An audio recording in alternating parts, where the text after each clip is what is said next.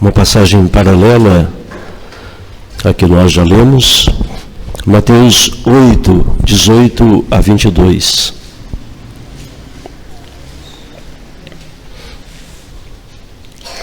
Vendo Jesus muita gente ao seu redor, ordenou que passassem para a outra margem.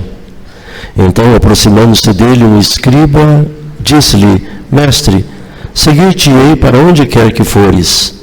Mas Jesus lhe respondeu: As raposas têm seus covis, e as aves do céu ninhos, mas o Filho do Homem não tem onde reclinar a cabeça. E outro dos discípulos lhe disse: Senhor, permite-me ir primeiro sepultar meu pai. Replicou-lhe, porém, Jesus: Segue-me, e deixa os mortos o sepultar os próprios mortos. É interessante, irmãos, que nós temos aqui todo um capítulo só relatando milagres de Jesus. Se você olhar todo o capítulo 8, todo ele, são milagres que apontam, que indicam a divindade do Senhor Jesus Cristo. E parece que esta parte destoa, né? Porque nesse relato aqui inserido, não está falando, mencionando nenhum milagre específico de Jesus. Então, alguns estudiosos perguntam: por que esse relato está aqui, né? É lógico que a resposta é porque Deus o quis, né?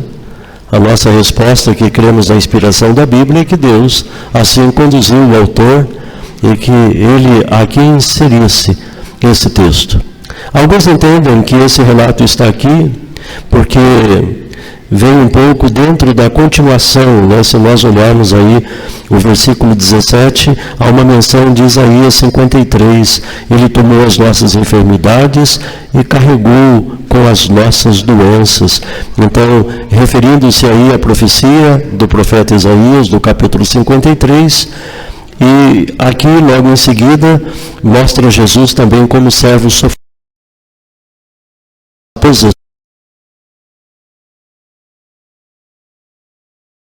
O Filho do Homem não tem onde reclinar a cabeça.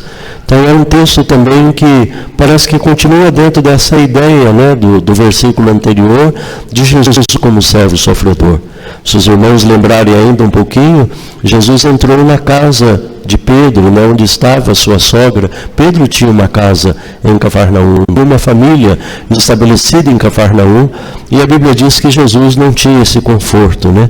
Não tinha aonde reclinar a cabeça. Então, lembra-se, de fato, Isaías 53, que fala: homem de dores e que sabe o que é padecer. Outros veem aqui um milagre, não um milagre assim que a gente vê pelo lado de fora, né? Mas um milagre que Deus faz no coração humano. Um escriba chegar para Jesus e dizer assim: Senhor, eu quero segui-lo, né? Então alguns veem nesse texto, né, em que Jesus está desafiando pessoas, o milagre daquela transformação interior que Cristo opera dentro do coração.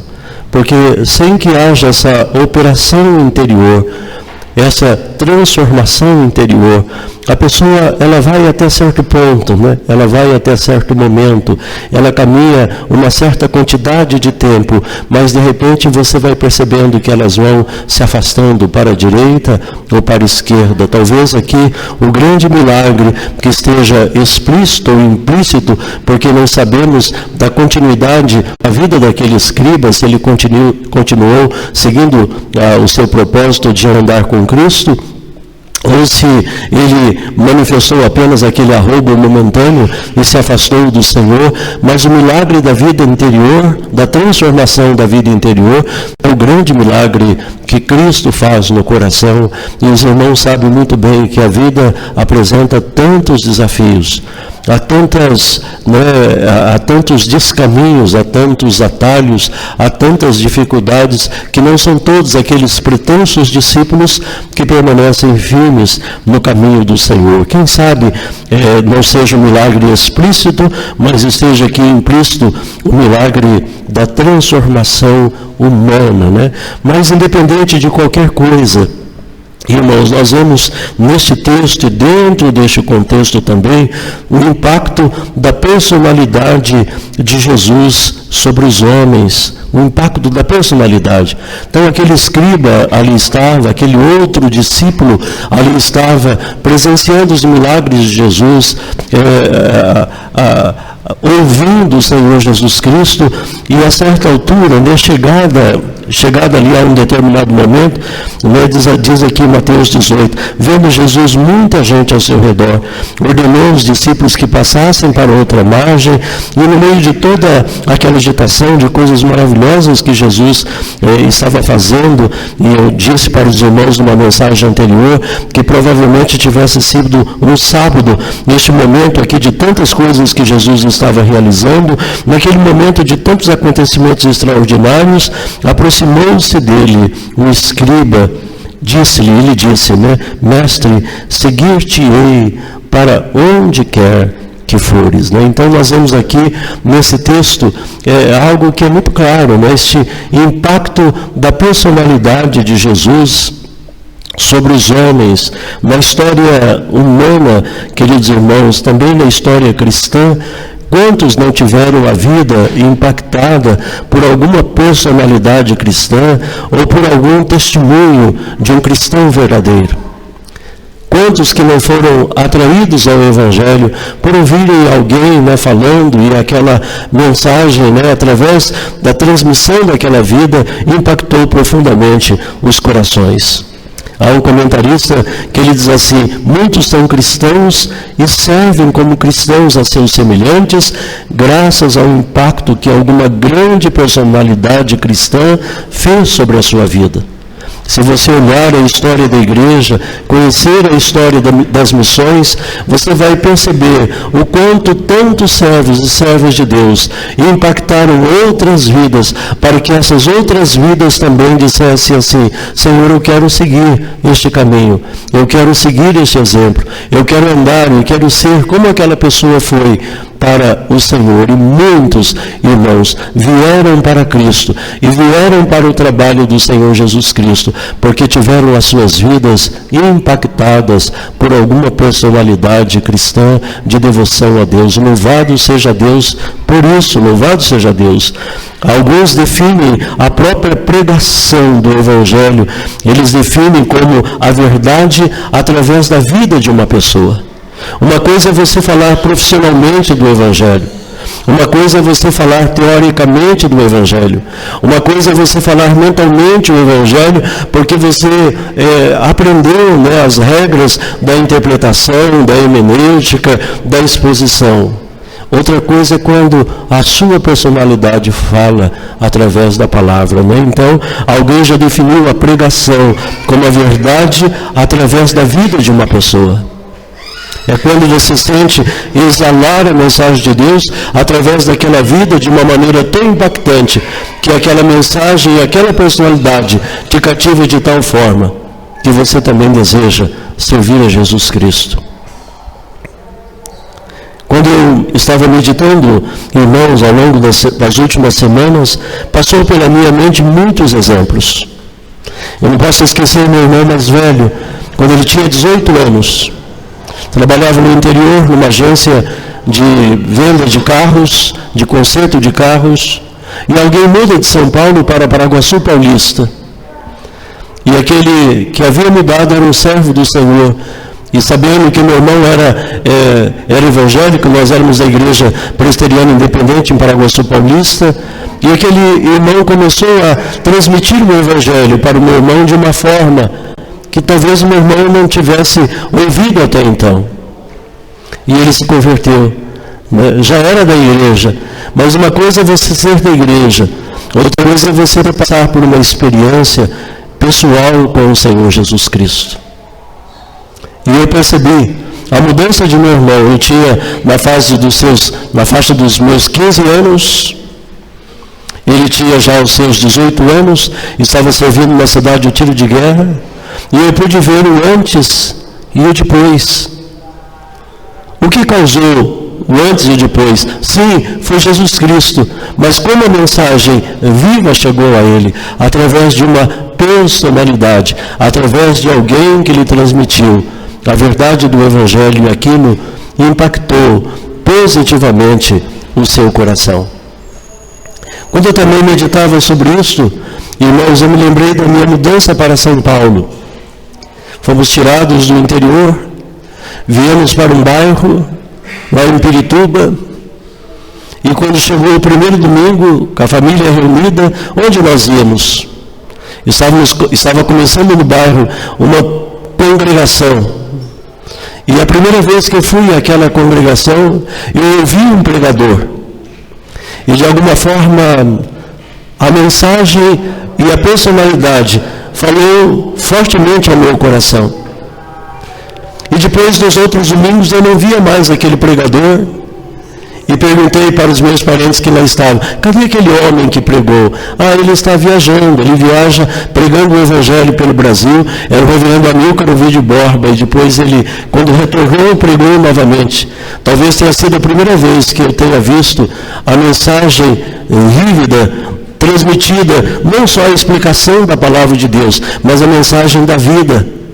A mensagem exalando pela própria vida de uma pessoa, e aquilo impactou profundamente a minha vida, e eu louvo a Deus por aquilo, porque pela primeira vez eu estava ouvindo, pela vontade de Deus, pela providência de Deus, pelo momento de Deus, certamente, mas eu estava ouvindo a mensagem sendo pregada com aquela propriedade, com aquele sabor, com aquela autoridade que eu não tinha visto e ouvido até então, e a personalidade da minha personalidade se ligou àquela personalidade pelo amor à palavra de Deus, porque nós não pregamos só com a boca, irmãos, nós pregamos com todo da nossa vida, e os corações precisam ser impactados pela palavra e pela vida, ainda que a palavra de Deus tenha poder de trabalhar sozinha. Deus trabalha quando, como, onde Ele quer, mas quase sempre Deus usa instrumentos e meios para que a sua palavra chegue ao nosso coração. Assim, queridos irmãos, depois daquele dia, depois de tanta pregação do Evangelho, depois de tantos milagres realizados, é que se aproxima de Jesus aquele escriba, manifestando o seu desejo de servir o Senhor Jesus Cristo. Louvado seja Deus por isso. Eu li recentemente, em um texto do Estado de São Paulo, do jornal, alguns educadores estavam escrevendo sobre a moderna educação mediada pela tecnologia. E quem escrevia o artigo dizia assim, que apesar de toda a tecnologia, o maior impacto na vida de um estudante ainda é aquele causado por um bom professor. É um bom professor que vai inspirar no aluno sonhos, ideais e desejos, muito mais do que a tecnologia. A tecnologia é fria. A tecnologia, quase todas as vezes, ela vai afastando e deixando cada um no seu canto, isolado dentro do seu mundo.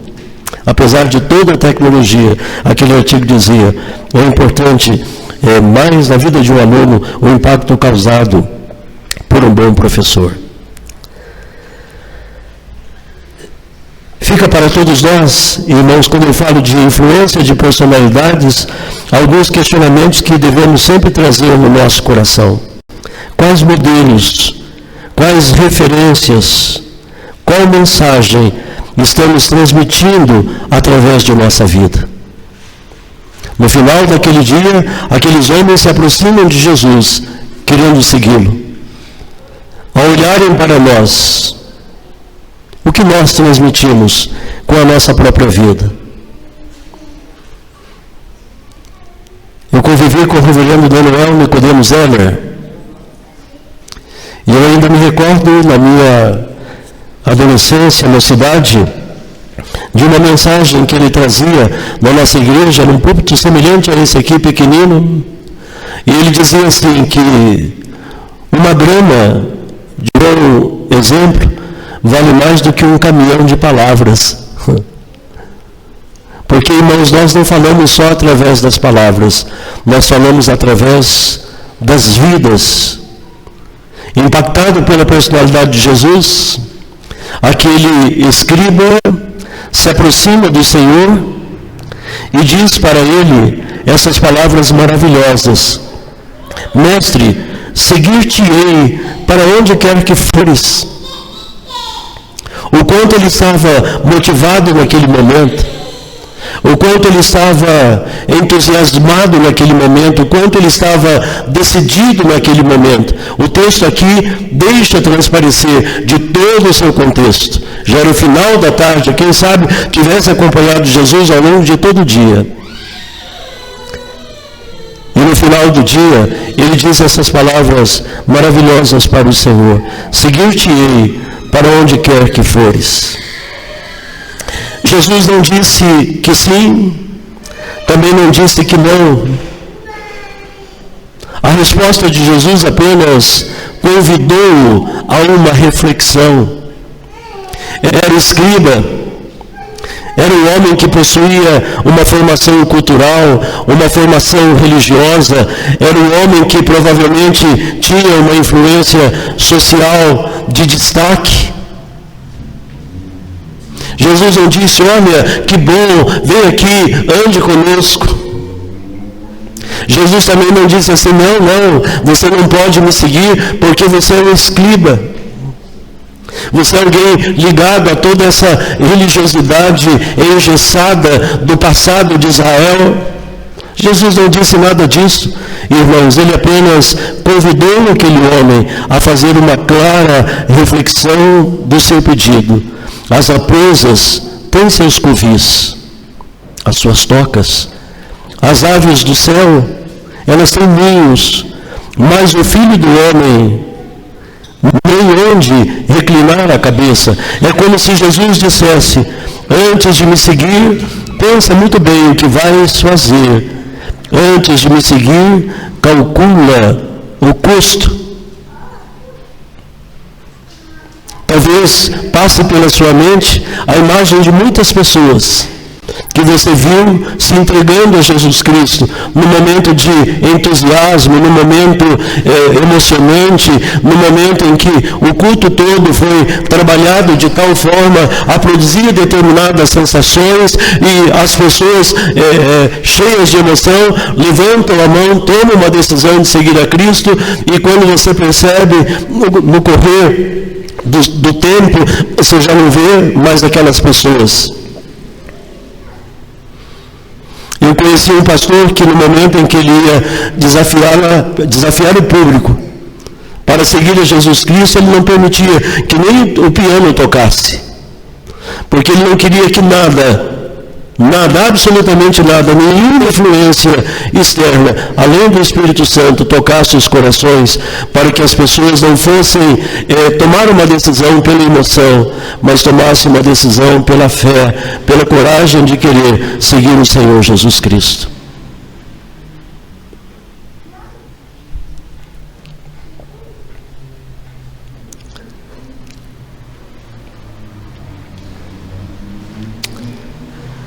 Mateus 10, 38, irmãos, diz assim: e quem não toma a sua cruz e vem após mim, não é digno de mim.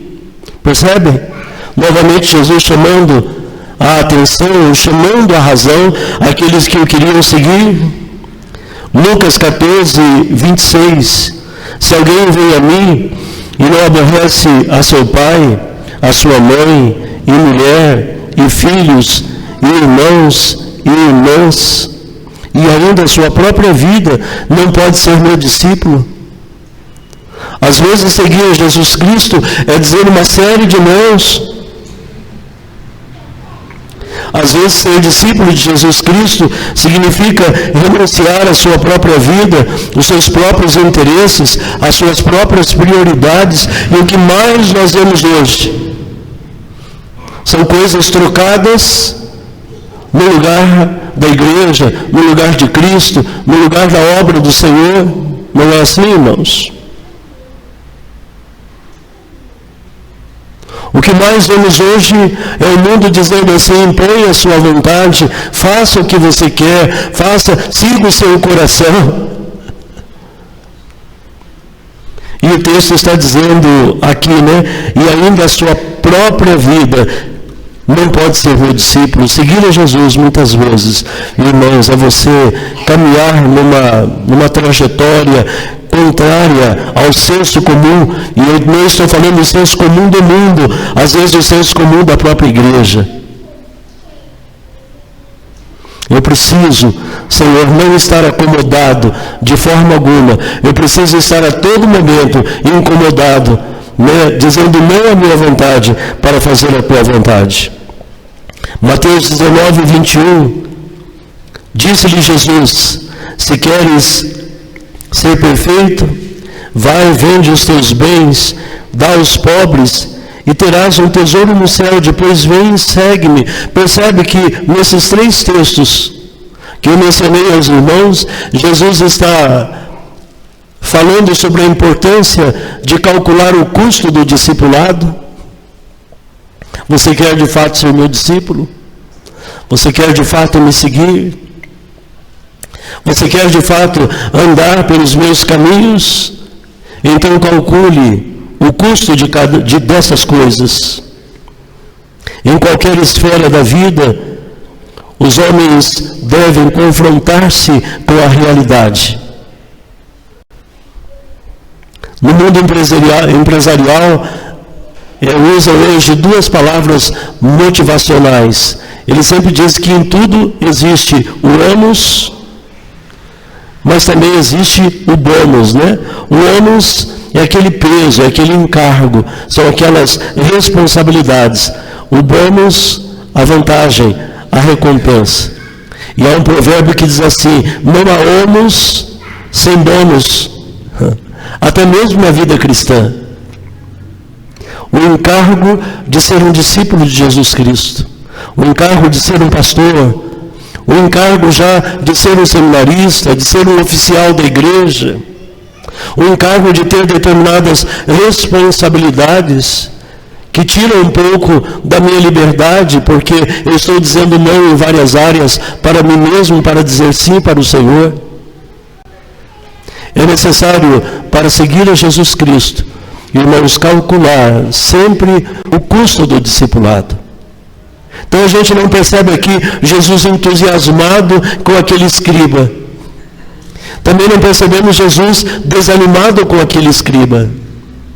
Mas Jesus dizendo: olha, se você quer me seguir, pensando, né, que vai ser sempre um caminho cheio de flores e cheio de alegrias, você precisa reconsiderar.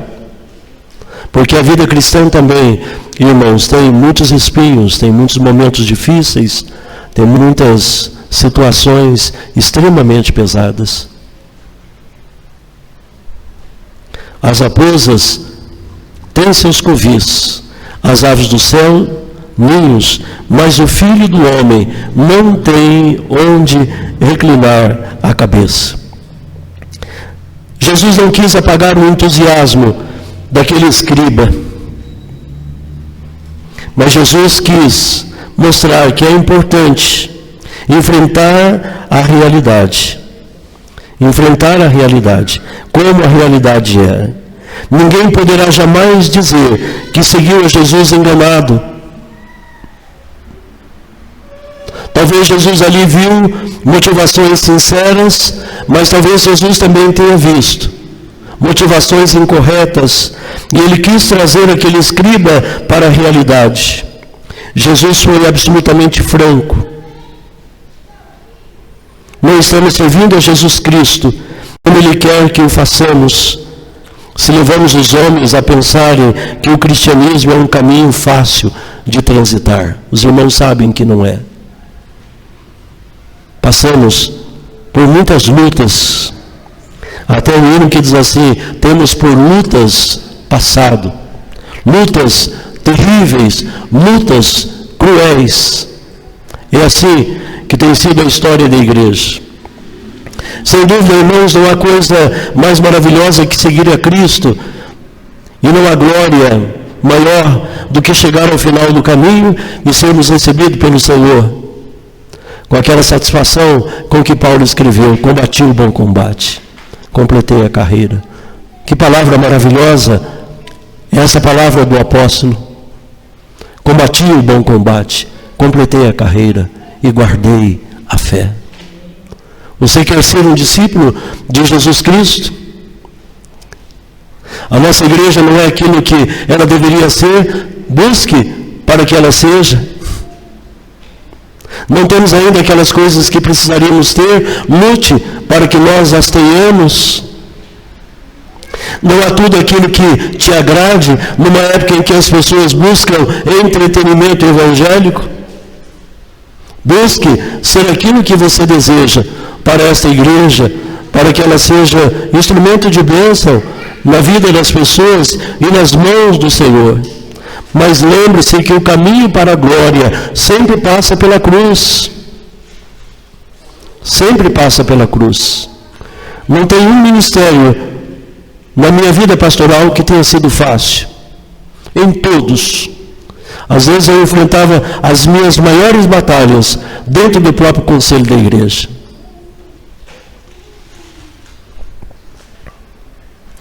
Então, irmãos, esse primeiro caso é emblemático por isso. É tão maravilhoso, né, no final de um dia majestoso, alguém chegar: Senhor, eu quero te seguir, para onde quer que fores. E Jesus, daquela mesma sabedoria, dizendo: reflita bem na sua decisão. Eu louvo a Deus por sua vida, porque vários dos irmãos que aqui estão já são irmãos de longa caminhada. De longa caminhada com o Senhor Jesus Cristo.